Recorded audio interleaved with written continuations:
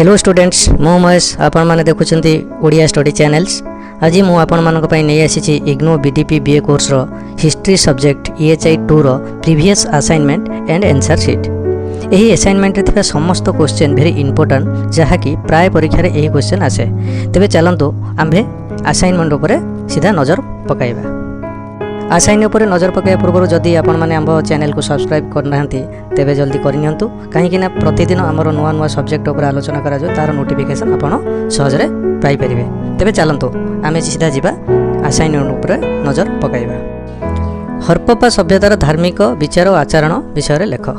तो सेतिरे आमे कोन लिखबा ना हरप्पा सभ्यतार महत्वपूर्ण स्थान गुड़िक वस्तुभित्तिक यही सब टॉपिक उपर आमको प्रथम लिखा पड़ो। तो से आमर जो नोट तैयारी कर बहुत सर्टकट ट्रिक आम नोट तैयारी कर जहाँकि आपन को लिखापी बहुत सहज और बुझापी भी बहुत सहज हो। आ बही रे आपन बहुत सारा जिनस सब दे था जहाँ को मन रखा कष्टकर हो पड़े। से प्रायतः पिला किसी बुझी न पारे कि माने क्वेश्चन कौन आसूँ आप फॉलो करार अच्छे। हरप्पा सभ्यता विषय पढ़ी मैंने हरप्पा सभ्यता संबंध में किसी जिनस प्रथम लिखा पड़ो।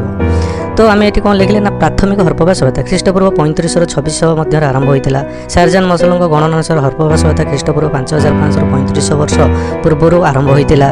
बेलुचिस्तान और सिंधु अंचल मेहरगढ़ और कलिगुल मोहम्मद इत्यादि केन्द्र हरप्पा सभ्यतार संधान दिए। कृषि हरप्पा सभ्यतार मुख्य जीविका थिला। गहम बाली जब इत्यादि मुख्य कृषि गाई छेली मेंढा इत्यादि गृहपालित पशु मान पोषुले। परवर्ती हरप्पा सभ्यता ख्रीष्टपूर्व 1800 शेष पर्यंत क्षयगति सीमार पहुंचीला। शहरी सभ्यता उपर क्षतर चिन्ह लेखागला। गठन और इत्यादि परित्यक्त अवस्था को आसी जाइथिला। सज्जल जमुना नदीर विभक्तिकरण द्वारा ग्राम संस्कृति ध्वंस पाई जाइथिला। एबे चलंत आम हरप्पा सभ्यता कहुर यथार्थता। आज जाए हरप्पा सभ्यता सहित सामंजस्य थिबा 1000 रु ऊर्ध्व बसती मान आविष्कृत होइछि। एही सभ्यता केवल सिंधु नदी कूल गढ़ी उठी नथिला एवं यह भारत और भारत बाहर मध्य परिव्याप्त थिला। प्रत्नतात्विक खनन अनुसार यह विस्तृत संपर्क प्रमाण मिलिछि। सहरर नाम हरप्पा सभ्यता रखा जाइछि। हरप्पा ग्राम अनुसार लेखा गुड़िक अस्पष्ट तथा पढ़िबा पई अनुपयुक्त होइथिबारु हरप्पावासी बाबद विशेष अनुमान करिबा कष्टसाध्य थिला। तेणु नूतन नाम अनुसार आदिवासी हरप्पान बोली कहा जाउथिला। तेणु सेथिपई हरप्पा सभ्यतार नामकरण करागला। हरप्पा जेउठारे अतीत हजिला सभ्यतार प्रमाण रहिला ता प्रथम थर पई भूखलन द्वारा सम्मुख को अणा जाइथिला। हरप्पा सभ्यतार अतीत इतिहास ख्रीष्टपूर्व 3000 वर्ष पूर्व हरप्पा सभ्यता अनेक संख्यार नगरी सहर ग्रामण परिपूर्ण थिला। एहार भौगोलिक सीमा दूरत राजस्थान पंजाब गुजरात पाकिस्तान सीमा को छुई पारिथिला। भौगोलिक विस्तृति विभिन्न ऐतिहासिक मत अनुसार हरप्पा सभ्यता पश्चिम अफगानिस्तान मुंजीगढ़ ठार आरंभ कर पूर्वर उत्तर प्रदेश आलमरगिरी पर्यंत विस्तृत थिला। पुनश्च दक्षिण अफगानिस्तान कोटा उपत्यकार थिबा डैगस्तान एहार भौगोलिक विस्तृति बाबद अनेक प्रमाण मिले। बहुमूल्य पत्थर जता लाप्सी लाजुली व्यवसाय फल ईरान और मध्य एशिया सहित हरप्पावासी संपर्क रहुथिला। यह व्यतीत विभिन्न प्रकार चित्र विचित्र कारुकार्य मुंडी देखा मिले।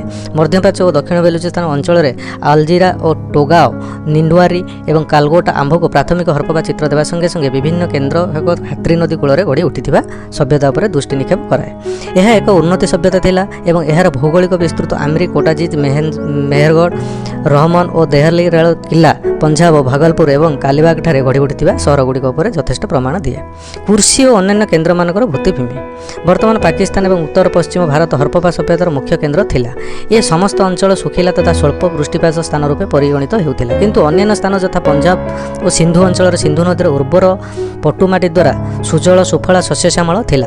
बेलुचिस्तान अंचल पहाड़िया होइतिबारु यह उत्तरांचल किछिटा चाष काम पाई उपयुक्त थिला। कृषि उपर निर्भर करथिबा लोक माने सेमाने गृहपालित पशु मान सहित विभिन्न स्थान को चरण भूमि अनुसरण स्थानांतरित हेउथिले। पहाड़िया अंचल थिबा खाईरे गिरिपथ गोमाल और कोलान सेमानकर मुख्य प्रवेश पथ थिला। विभिन्न जातिर लोक मिलन और सहवर वासस्थान कृषि तथा व्यवसाय से नूतन दिगंत देखाऊला। इराक और ईरान कृषि कार्य ख्रीष्टपूर्व 8000 वर्ष पूर्व आरंभ होता। ये समस्त छोट बड़ सहर नगरी हरप्पा सभ्यतार गढ़ी उठिथिला। दक्षिण अफगानिस्तान यह मुंडीगज नामक एक स्थान अटे। यह एक वाणिज्य पथर अवस्थित थिला एवं यह प्राचीन सिंधु सभ्यता समय समकक्ष और संपर्कित थिला। विभिन्न माटीपात्र और सूर्यरश्मि सुगुवा इटार यार यथेष्ट प्रमाण मिली। यह व्यतीत कोठाघर स्तंभ उद्यान चित्रित होता पदार्थ तथा अश्वत्थगथ षंढ पक्षी इत्यादि से समय संस्कृति बाबद परिचय दिए।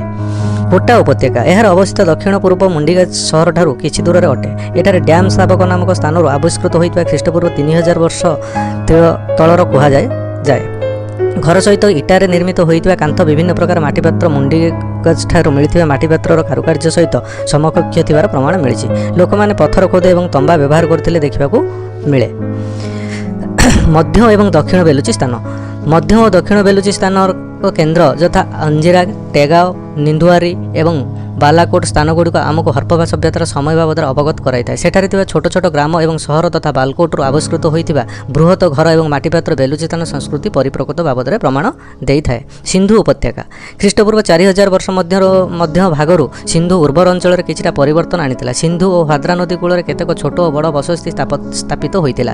ଏହି ଅଞ୍ଚଳମାନ ହରପ୍ପା ସଭ୍ୟତାର ପ୍ରାଣକେନ୍ଦ୍ର ଥିଲା, ଯଥା ଆମ୍ରି, କୋଟ ଜିଜି, ମେହେରଗଡ଼, ରେହମନ ତେରୀ, ତାରକାରେ କିଲ୍ଲା ଇତ୍ୟାଦି।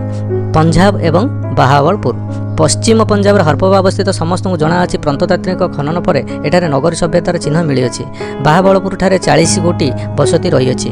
ହାକ୍ରା ନଦୀର ସୂକ୍ଷ୍ମ ମୁହାଣ ନିକଟରେ, ଯାହାକି ପ୍ରାଚୀନ ହରପ୍ପା ସମୟରେ ପ୍ରମାଣ ଦିଏ। ଏଇଠି ବି ଆପଣ ଗୋଟେ ନଜର କରନ୍ତୁ, ଆପଣଙ୍କର ଗୋଟେ ସର୍ଟ କ୍ୱେଶ୍ଚନ୍ ଆସିପାରେ ଏକ ମାର୍କିଆ, ବାହାବଳପୁରରେ କେତେ ଗୋଟି ବସତି ରହିଅଛି? ତ ଆପଣ ସେଠି 40 ଗୋଟି ବସତି ରହିଅଛି। କାଲିବଙ୍ଗାନ। ଏହା ଉତ୍ତର ରାଜସ୍ଥାନରେ ଅବସ୍ଥିତ। ଏହା ପ୍ରାଚୀନ ହରପ୍ପା ସଭ୍ୟତାର କେନ୍ଦ୍ର ରୂପେ ପରିଗଣିତ ହୋଇଅଛି। ଏଠାରେ ମାଟି ତିଆରି ଇଟା ଓ ଘର ନିର୍ମାଣ କରାଯାଇଅଛି ଏବଂ ଏହା ବାଲିଙ୍ଗାନ ବାସୀଙ୍କର ବାସସ୍ଥଳୀ ଅଟେ। ସେମାନଙ୍କ ଦ୍ୱାରା ବ୍ୟବହୃତ ମାଟିପାତ୍ର ଭିନ୍ନ ତଥା ଉନ୍ନତ ଧରଣର ଥିଲା, ମାତ୍ର କେତେକ ମାଟିପାତ୍ର କୋଟ ଜିଜି ମାଟିପାତ୍ର ସହିତ ସାମଞ୍ଜସ୍ୟ ରଖୁଥିବାରୁ ଜଣାପଡ଼ୁଅଛି। ମଣିଷଟିଏ ହଳ କରୁଥିବାର ଚିତ୍ର କିମ୍ବା ମଞ୍ଜି ବୁଣୁଥିବାର ଚିତ୍ରଠାରୁ ଆବିଷ୍କୃତ ହୋଇଅଛି।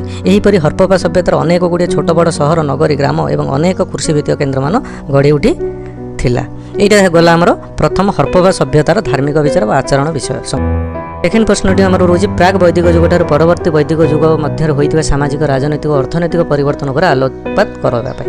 তো আমি এটি কোণ লিখবা না বৈদিক যুগের পরবর্তী কালর সমাজ, অর্থনীতি, রাজনীতি ও ধর্মর মুখ্য স্বরূপ তর্জমা করা। পরবর্তী বৈদিক যুগ সময়কাল খ্রিস্টপূর্ব 1000 ରୁ 600 বলে অনেক প্রাচীন গ্রন্থের উল্লেখ রয়েছে। অনেক সম্প্রদায় ও সাংস্কৃতিক গোষ্ঠী বাবদরে এই গ্রন্থগুড়িকরে উল্লেখ করা যাইছে। তথাপি কৌশি এক বিশেষ প্রকারর মাটিপাত্র সমূহকে কৌশি এক গোষ্ঠী বা সম্প্রদায় ভিতরে চিহ্নিত করা যাইপারিব নাই। পরবর্তী বৈদিক যুগের প্রমাণগুড়িক পশুপালন সমাজর কৃষিকারক সমাজকে পরিবর্তনের সাক্ষ্য প্রদান করে। পরবর্তী বৈদিক যুগের সমাজ আমি আগর বৈশ্যମାନଙ୍କ সামাজিক মর্যাদার অবনতি ও ক্ষত্রিয় ব্রাহ্মণମାନଙ୍କ মর্যাদার উন্নত বাবদরে জানিছু। এইপরি ভাবে সমাজ এই অসামনতা গোষ্ঠীগুড়িକୁ ନେଇ গঠিত হয়েছিল। সৃষ্টিকর্তা ব্রহ্মাঙ্ক দেবর ব্রাহ্মণ, ক্ষত্রিয়, বৈশ্য ও শূদ্রମାନେ ଏହି ମନ୍ତ୍ରରୁ ଉତ୍ପତ୍ତି ହୋଇଥିଲେ। ବ୍ରହ୍ମଣ୍ୟସ୍ୟ ମୁଖମ୍ ଅସିତ୍ ବାହୁରାଜନ୍ୟ କୃତୁ ଉଜାୟତତ୍ ଅସୟତ୍ ବୈଶ୍ୟ ପାଦଭ୍ୟମ୍ ଶୂଦ୍ର ଅଜାୟତ୍। ଏଥିରୁ କୁହାଯାଇଛି ସେମାନେ ଯେତେବେଳେ ମଣିଷମାନଙ୍କୁ ଭାଗ କଲେ କେତେ ପ୍ରକାର ସେମାନଙ୍କୁ ବିଭକ୍ତ କଲେ। ସେଗୁଡ଼ିକ ହେଲା ବ୍ରାହ୍ମଣମାନଙ୍କୁ ମୁହଁରୁ, କ୍ଷତ୍ରିୟମାନେ ବାହୁରୁ, ବୈଶ୍ୟମାନେ ଜାନୁରୁ ଏବଂ ଶୂଦ୍ରମାନେ ପାଦରୁ ଜନ୍ମ ନେଲେ। ଏହି ମନ୍ତ୍ରରେ ସାଙ୍କେତିକ ଅର୍ଥ ହେଲା ଯେ ବ୍ରାହ୍ମଣ, କ୍ଷତ୍ରିୟ, ବୈଶ୍ୟ ଏବଂ ଶୂଦ୍ରମାନେ ହେଉଛନ୍ତି ଅସମାନ ଜାତି ଓ ସେମାନଙ୍କ ସାମାଜିକ ସ୍ଥିତି ଓ ମର୍ଯ୍ୟାଦା ସମାନ ନଥିଲା। ବ୍ରାହ୍ମଣମାନଙ୍କୁ ମୁଣ୍ଡ ସହିତ ତୁଳନା କରାଯାଇଥିବା ବେଳେ ଶୂଦ୍ରମାନଙ୍କୁ ପାଦ ସହିତ ତୁଳନା କରାଯାଇଛି। ସାମାଜିକ ଜୀବନରେ ବ୍ରାହ୍ମଣମାନେ ଭକତିର ବର୍ଣ୍ଣ ଉପରେ ପରିଗଣିତ ହେଉଥିଲେ, କାରଣ ସମାଜ କେବଳ ମାତ୍ର ତାଙ୍କର ମାଧ୍ୟମରେ ଦେବତାମାନଙ୍କ ସହ କଥାବାର୍ତ୍ତା କରିପାରୁଥିଲେ। ଯୁଦ୍ଧବନ୍ଦୀମାନଙ୍କ ସହିତ ମିଶି ଶୂଦ୍ରମାନେ ଦୈହିକ ଶ୍ରମ କରୁଥିଲେ। ବର୍ଣ୍ଣ ପରିକଳ୍ପନା। ଜନ୍ମ, ସ୍ଥିତି, ବର୍ଣ୍ଣ ବ୍ୟବସ୍ଥାରେ ଶ୍ରେଣୀକର୍ମରେ ପ୍ରଥମ ବ୍ରାହ୍ମଣ ରହିଥିବା ବେଳେ ଶେଷରେ ଶୂଦ୍ର ରହିଥିଲେ। ସୁବର୍ଣ୍ଣ ବିବାହିତ ଏବଂ ପାରମ୍ପରିକ ଅପବିତ୍ରତା ବା ପବିତ୍ରତା। ବର୍ଣ୍ଣ ବ୍ୟବସ୍ଥା ପୁନଶ୍ଚ ଧର୍ମଧାରଣ ଉପରେ ଅନୁବନ୍ଧିତ ଥିଲା, ଯଥା ସର୍ବବ୍ୟାପୀ ନିୟମ ଓ ବର୍ଣ୍ଣ ଧର୍ମ ଥିଲା। ସମାଜ ବ୍ୟବସ୍ଥାର ଉତ୍ତମ କାର୍ଯ୍ୟକାରିତା ପାଇଁ ଏକ ସାମାଜିକ ନିୟମ ପ୍ରତିଷ୍ଠା ପାଇଁ ପ୍ରୟାସ। ସାମାଜିକ ଗୋଷ୍ଠୀ ବିଭାଜନ କେବଳ ବୃତ୍ତିଭିତ୍ତିକ ଥିଲା। ସେତେବେଳେ ଯାଏଁ ସମାଜ ନମନୀୟ ଥିଲା, ଯେତେବେଳେ ଯାଏଁକି ବୃତ୍ତି ଜନ୍ମ ଉପରେ ନିର୍ଭରଶୀଳ ନଥିଲା।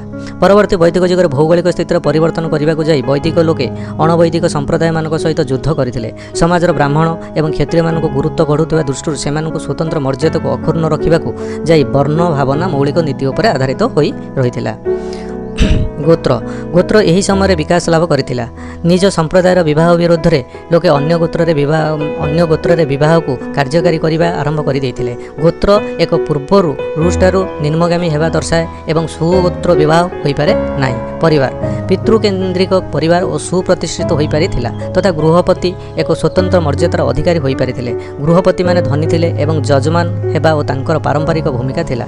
ଯଶ ଓ କୀର୍ତ୍ତିପ୍ରାପ୍ତି ନିମନ୍ତେ ସେମାନେ ଯଜ୍ଞାନୁଷ୍ଠାନ ପାଇଁ ବାଧ୍ୟ ହେଉଥିଲେ। ଜୀବନର 3ଟି ସ୍ତର, 3 ଗୋଟି ଆଶ୍ରମ କିମ୍ବା 3ଟି ସ୍ତର ବାବଦରେ ଉପଦେଶ ଦିଆଯାଇଥିଲା। ସେଗୁଡ଼ିକ ହେଲା ବ୍ରହ୍ମଚର୍ଯ୍ୟ, ଗୃହସ୍ଥ ଏବଂ କାନପ୍ରସ୍ଥ। ପରବର୍ତ୍ତୀ ସମୟ ଗୁଡ଼ିକରେ ଏହି ସନ୍ନ୍ୟାସୀମାନେ ବୈଦିକ ସମାଜ ବ୍ୟବସ୍ଥାକୁ ଶାନ୍ତ କିମ୍ବା ଉଗ୍ର ରୂପରେ ବିରୋଧ କରିଥିଲେ। ପରବର୍ତ୍ତୀ ବୈଦିକ ଯୁଗରେ ଅର୍ଥନୀତି। ଖ୍ରୀଷ୍ଟପୂର୍ବ ପ୍ରଥମ ସହସ୍ରାରୁ ଧୀରେ ଧୀରେ ଜନବସତି ଗଢ଼ି ଉଠିଥିବା ଗଙ୍ଗା ଯମୁନା ଦୋଆଦର ବିଶାଳ ପଟୁମାଟି ନିର୍ମିତ ସମତଳ ଅଞ୍ଚଳରେ ଏବଂ ଗାଙ୍ଗେୟ ଉପତ୍ୟକାର ମଧ୍ୟବର୍ତ୍ତୀ ଅଞ୍ଚଳର ପରବର୍ତ୍ତୀ ବୈଦିକ ଯୁଗର ଉନ୍ନତି କୃଷିକାର୍ଯ୍ୟ ସମ୍ଭବ ହୋଇପାରିଥିଲା। ହେଲେ ମଧ୍ୟ ପରବର୍ତ୍ତୀ ଯୁଗର ଗ୍ରନ୍ଥଗୁଡ଼ିକର ପଶୁପାଳନରେ ବିଶେଷ ମହତ୍ତ୍ୱ ରହିଥିବା ପ୍ରତିପାଦିତ ହୋଇଅଛି। ଉଭୟ ପ୍ରତ୍ନତାତ୍ତ୍ୱିକ ଏବଂ ସାହିତ୍ୟିକ ଉତ୍ସକ ବିବରଣରୁ ଜଣାଯାଏ ଯେ ଏହି ସମୟ ବେଳକୁ ଧାନ ଲୋକଙ୍କର ପ୍ରଧାନ ଖାଦ୍ୟଶସ୍ୟ ରୂପରେ ଧାର୍ଯ୍ୟ ହୋଇଥିଲା। ପଶୁପାଳନ ଅବକ୍ଷୟର ତାତ୍ପର୍ଯ୍ୟ ପଶୁପାଳନ ପ୍ରାକ୍ ବୈଦିକ ଯୁଗ ପରି ଆଉ ଲୋକଙ୍କର ଜୀବନ ଧାରଣ ପାଇଁ ପ୍ରଧାନ ଜୀବିକା ହୋଇ ରହିଥିଲା। ଯୌଗିକ କୃଷିକାର୍ଯ୍ୟ ଯାହା ଚାଷ ଏବଂ ଗୋପାଳନ ସମୟରେ ଥିଲା, ଏହି ସମୟରେ ଲୋକମାନଙ୍କର ଜୀବିକା ଓ ନିର୍ବାହ ପ୍ରଦାନ ଉପରେ ପରିଗଣିତ ହୋଇ ଯାଇଥିଲା। ଏହି ପର୍ଯ୍ୟାୟରେ କୃଷିକାର୍ଯ୍ୟ ଶ୍ରମ ପାଇଁ ଉଦ୍ଦିଷ୍ଟ ନଥିଲା। ଦୋଆଦରେ ପଟୁମାଟି ପଡ଼ିଥିବା ଅଞ୍ଚଳରେ ଭୂଖଳନ ସ୍ଥାନ ଧାନର ଅବଶେଷ ମିଳିଛି। ଏଥିରୁ ଜଣାଯାଏ ଯେ ଜଳସେଚନ ପୂର୍ବରୁ ଧାନ ଚାଷ ଯାହାକି ଶ୍ରମ ପାଇଁ ଉଦ୍ଦିଷ୍ଟ ଏହି ସମୟରେ ଯୁଦ୍ଧ ପ୍ରୟୋଗ କରାଯାଇଥିଲା। ସ୍ଥାୟୀ ଭାବରେ ବସବାସ କରିବା ପାଇଁ ଏହି ସମୟରେ ଦୀର୍ଘଦିନ ସ୍ଥାୟୀ ଉପକରଣ ଯଥା ମାଟିରେ ଘର ନିର୍ମାଣ କରିବା ଆରମ୍ଭ ହୋଇଯାଇଥିଲା। ପାରିପାର୍ଶ୍ୱିକ ଉତ୍ସବର ପରିବର୍ତ୍ତନ ପ୍ରାକ୍ ବୈଦିକ ଯୁଗର ସମଗ୍ର ଗୋଷ୍ଠୀ ବା ସମ୍ପ୍ରଦାୟର ମଙ୍ଗଳ ଓ ଉନ୍ନତି ପାଇଁ ଅନେକ ପ୍ରକାର ରଣନୀତି ପାଳନ କରାଯାଉଥିଲା। ପ୍ରଥମେ ସମ୍ପ୍ରଦାୟ ଉପରେ ବିଜୟ ପ୍ରାପ୍ତ ଏବଂ ଗୋରୁ ଗାଈ ଓ ପୁତ୍ର ପାଇଁ ଦେବତାମାନଙ୍କୁ ପୂଜା କରାଯାଉଥିଲା। ପରବର୍ତ୍ତୀ ବୈଦିକ ସମୟରେ ଉତ୍ସବର ପ୍ରଥା ଅତି ମାତ୍ରାରେ ଯୌଗିକ ଓ ଦୁର୍ବୋଧ୍ୟ ହୋଇ ପଡ଼ିଥିଲା ଏବଂ ଏହା ଅନେକ ବର୍ଷ ପର୍ଯ୍ୟନ୍ତ ଚାଲିଥିଲା। ତେଣୁ କେବଳ ଧନୀ ଲୋକମାନେ ହିଁ ଏହାକୁ ପାଳନ କରିପାରୁଥିଲେ। ଅନ୍ୟ ସମ୍ପ୍ରଦାୟ ଲୋକମାନେ ବଳି ବିଧାନ ଉପରେ ଗୁରୁତ୍ୱ ଦେଉଥିଲେ। ଜମିର ଗୁରୁତ୍ୱ ପ୍ରକାଶ ଘର ଲୋକ, ଘର ଚାକର ଏବଂ ଦାସମାନଙ୍କ ଦ୍ୱାରା ଚାଷ କରାଯାଉଥିଲା। ଏହି ସମୟରେ ଜମିର ମାଲିକ ସମ୍ପ୍ରଦାୟ ଓ ବିଶ୍ ଥିଲେ। କ୍ରମେ କ୍ରମେ ଯେତେବେଳେ ଜମିର ମାଲିକାନା ପରିବାର ହାତକୁ ନ୍ୟସ୍ତ କରାଗଲା, ସେତେବେଳେ ଗୃହସ୍ୱାମୀ ଧନର ମାଲିକ ହେଲେ। ବୈଶ୍ୟମାନେ ସମାଜର ଉତ୍ପାଦନକାରୀ ଶ୍ରେଣୀ ରୂପରେ ପରିଚିତ ହେଲେ। ରାଜନୀତି ଋଗ୍ବେଦୀୟ ସମୟରେ ଜନସମୁଦାୟ କିମ୍ବା ଗୋଷ୍ଠୀ ଅର୍ଥର ଜନଶବ୍ଦର ବ୍ୟବହାର କରାଯାଇଥିଲା ଏବଂ ଏବେ ଜନବାଦ ପ୍ରକାର ଧାରଣାର ବିକାଶ ଲାଭ କରିଥିଲା। ଜନପଦ ଶବ୍ଦର ଅର୍ଥ ହେଲା ଯେଉଁଠିକି ସମ୍ପ୍ରଦାୟ କିମ୍ବା ଗୋଷ୍ଠୀ ବସବାସ କରନ୍ତି।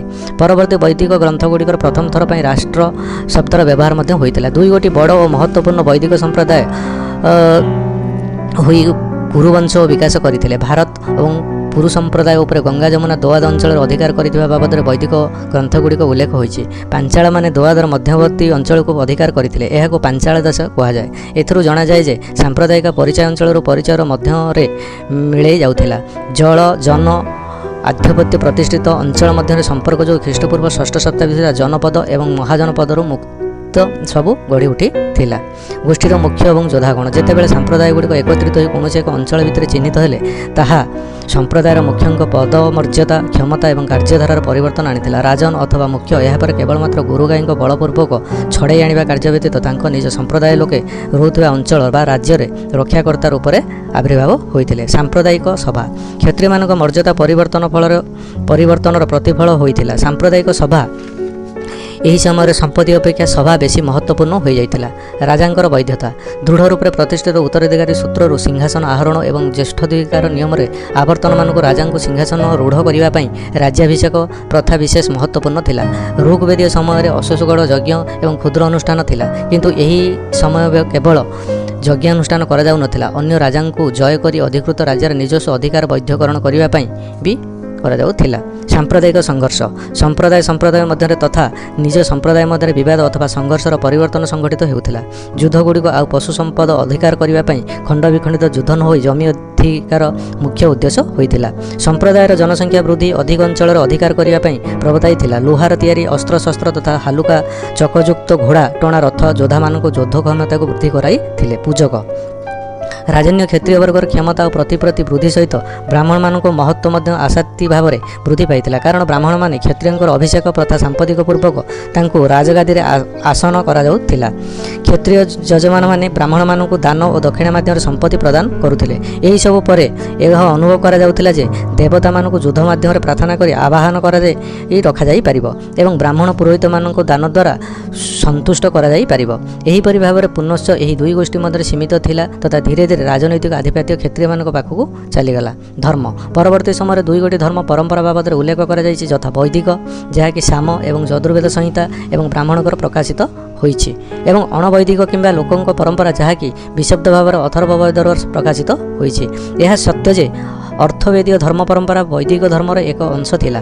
ଏହା ପ୍ରକାରାନ୍ତରେ କୁହାଯାଏ ଯେ ବିଭିନ୍ନ ଧର୍ମଧାରାରେ ସଂସ୍କୃତ ପରମ୍ପରା ଏବଂ ବିଶ୍ୱାସ ବୈଦିକ ଧର୍ମଧାରା ସହ ମିଶି ଯାଇଥିଲା।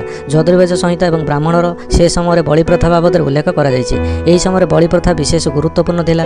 ସେଗୁଡ଼ିକ ଉଭୟ ସରକାରୀ ବଳି ବିଧାନ ଯଥା ରାଜସ୍ୱ ଯଜ୍ଞ, ବାଜପେୟ ଯଜ୍ଞ ଏବଂ ଅଶ୍ୱମେଧ ଯଜ୍ଞ ଆଦି ବହୁ ଭାବରେ ଅନୁଷ୍ଠିତ ହେଉଥିଲା, ଯେଉଁଥିରେ କି ସମଗ୍ର ସମ୍ପ୍ରଦାୟ ଅଂଶଗ୍ରହଣ କରୁଥିଲେ। ବାଜପେୟୀ ଏବଂ ରାଜସ୍ୱ ଯଜ୍ଞଗୁଡ଼ିକ କୃଷିର ଉନ୍ନତି ସମ୍ପର୍କରେ ଅନେକ ଗୁଡ଼ିଏ ପ୍ରଥା ଓ ରୀତିନୀତି ପାଳନ କରାଯାଉଥିଲା।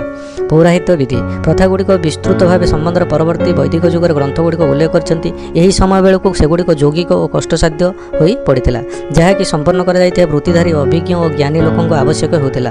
ବଳି ବିଧାନ ସମ୍ପନ୍ନ କରିବା ପାଇଁ ଅନେକ ବିଧିବିଧାନ ସୃଷ୍ଟି କରାଯାଉଥିଲା। ଜଜମାନଙ୍କର ଆବଶ୍ୟକତାକୁ ଓ କ୍ଷମତାକୁ ନେଇ ନୈବେଦ୍ୟ ଏବଂ ବଳିର ପ୍ରକାର ନିର୍ଦ୍ଧାରଣ କରାଯାଉଥିଲା। ସରଳ ଭାବରେ କହିବାକୁ ଗଲେ ବଳି ପ୍ରଥା ଏବଂ ଦେବତାଙ୍କ କ୍ଷମତା ଆଦି ସାଧାରଣ ଜନତାଙ୍କ ପାଇଁ ଦୁର୍ବୋଧ୍ୟ ଏବଂ ରହସ୍ୟାନୁବୃତ ହୋଇଯାଇଥିଲା।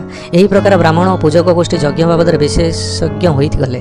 ଯଜ୍ଞର ବିଭିନ୍ନ ଭିନ୍ନ ପର୍ଯ୍ୟାୟକୁ ସମ୍ପନ୍ନ କରିବା ପାଇଁ ଭିନ୍ନ ଭିନ୍ନ ଗୋଷ୍ଠୀର ପୁରୋହିତ ମଧ୍ୟ ରହିଥିଲେ। ପରବର୍ତ୍ତୀତ ଦେବତା ସମୂହ ପ୍ରାକ୍ ବୈଦିକ ଯୁଗରେ ବିଶେଷ ପ୍ରଭାବଶାଳୀ ଦେବତା ଇନ୍ଦ୍ର ଓ ଅଗ୍ନି ଏହି ସମୟ ବେଳକୁ ସେମାନଙ୍କୁ ଗୁରୁତ୍ୱ ହରାଇ ସାରିଥିଲେ। ସୃଷ୍ଟିକର୍ତ୍ତା ପ୍ରଜାପତିଙ୍କ ଗୁରୁତ୍ୱ ବୃଦ୍ଧି ପାଇଥିଲା। ଋଗ୍ବେଦର ଜିନିଷ ଦେବତା ରୁଦ୍ର ଗୁରୁତ୍ୱପୂର୍ଣ୍ଣ ହୋଇଯାଇଥିଲେ ଏବଂ କିନ୍ତୁ ସୃଷ୍ଟିକର୍ତ୍ତା ଓ ପାଳନକର୍ତ୍ତା ଦେବତା ରୂପରେ ସାମାନ୍ୟ ମାନ୍ୟତା ପାଇଥିଲେ। ପ୍ରାକ୍ ବୈଦିକ ଯୁଗରେ ପ୍ରାକୃତିକ ପ୍ରତିନିଧିତ୍ୱ କରୁଥିବା ଦେବତାମାନଙ୍କୁ କ୍ରମେ କ୍ରମେ ପରିତ୍ୟାଗ କରାଯାଉଥିଲା ତଥା ପ୍ରକୃତିର ବିଭିନ୍ନ ପରିପ୍ରକାଶରେ ବିଭିନ୍ନ ଐଶ୍ୱରିକ ବ୍ୟକ୍ତିଙ୍କର ଆରୋପ କରାଯାଇଥିଲା। ପରବର୍ତ୍ତୀ ବୈଦିକ ଯୁଗରେ ମନ୍ତ୍ରଗୁଡ଼ିକର ଧାରଣ କରାଯାଇଥିବା ବ୍ୟକ୍ତି ଭଗବାନଙ୍କଠାରେ ପ୍ରକୃତିର କୌଣସି ଉପାଦାନ ଦେଖିବାକୁ ମିଳେ ନାହିଁ। ଲୋକ ପରମ୍ପରା ସମ୍ପର୍କରେ ସୂଚନାର ଖଣି ହେଉଛି ଅଥର୍ବବେଦ। ବଳି ପରମ୍ପରା ସମ୍ବଳିତ ବୈଦିକ ଧର୍ମଠାରୁ ଏହା ସମ୍ପୂର୍ଣ୍ଣ ଭିନ୍ନ ଅଟେ। ପୁନଶ୍ଚ ଏହା ଯାଦୁ ଏବଂ ରହସ୍ୟ ସହିତ ବିଶେଷ ଭାବରେ ସମ୍ପର୍କିତ ଅଟେ। ବେଦର ବିଷୟବସ୍ତୁରେ ମାନବ ଜୀବନର କ୍ରିୟା, ଘଟଣା, ରହସ୍ୟ ଆଦି ବିଭିନ୍ନ ଦିଗ ସମ୍ବନ୍ଧରେ ଉଲ୍ଲେଖ ରହିଛି। ବୈଦିକ ରୀତିରେ ଦେବତାମାନଙ୍କୁ ମଧ୍ୟ ପ୍ରାର୍ଥନା ମାଧ୍ୟମରେ ଆବାହନ କରାଯାଉଥିଲା, ହେଲେ ସେମାନଙ୍କୁ ଯେଉଁ କାରଣ ପାଇଁ ଆବାହନ କରାଯାଉଥିଲା ତାହା ନଗଣ୍ୟ ଏବଂ ବ୍ୟକ୍ତି କେନ୍ଦ୍ରିକ ଥିଲା। ଏହି ସମୟରେ ଧାର୍ମିକ ପରିବର୍ତ୍ତନ ଓ ପ୍ରାକ୍ ବୈଦିକ ଓ ପରବର୍ତ୍ତୀ ବୈଦିକ ଯୁଗର ସାମାଜିକ, ରାଜନୈତିକ, ଅର୍ଥନୈତିକ ପରିବର୍ତ୍ତନକୁ ପ୍ରତିଫଳନ କରେ ତଥା ସେଗୁଡ଼ିକୁ ସମାନ୍ତରାଳ ଭାବରେ ଗତି କରିପାରୁଥିଲେ। ଯଦି ଆମେ ସମ୍ପୂର୍ଣ୍ଣ କ୍ୱେଶ୍ଚନର ଆନ୍ସର ଗୁଡ଼ିକୁ ପଢ଼ିବା, ଭିଡ଼ିଓଟି ବହୁତ ଲମ୍ବା। ମୁଁ ଡିସ୍କ୍ରିପ୍ସନ୍ ବକ୍ସରେ ଏହାର ନୋଟ୍ଟିର PDF ଆପଣଙ୍କୁ ଦେଇଦେଇଛି, ଆପଣ ଡାଉନଲୋଡ଼୍ କରି ନିଜେ ପଢ଼ି ନିଅନ୍ତୁ। ଯଦି କୌଣସି ପ୍ରୋବ୍ଲେମ୍ ହେବ ଆପଣ କମେଣ୍ଟ ବକ୍ସରେ ମୋତେ କମେଣ୍ଟ କରନ୍ତୁ, ମୁଁ ତା'ର ସଜେସନ୍ ଆପଣଙ୍କୁ ବତାଇଦେବି। ଧନ୍ୟବାଦ।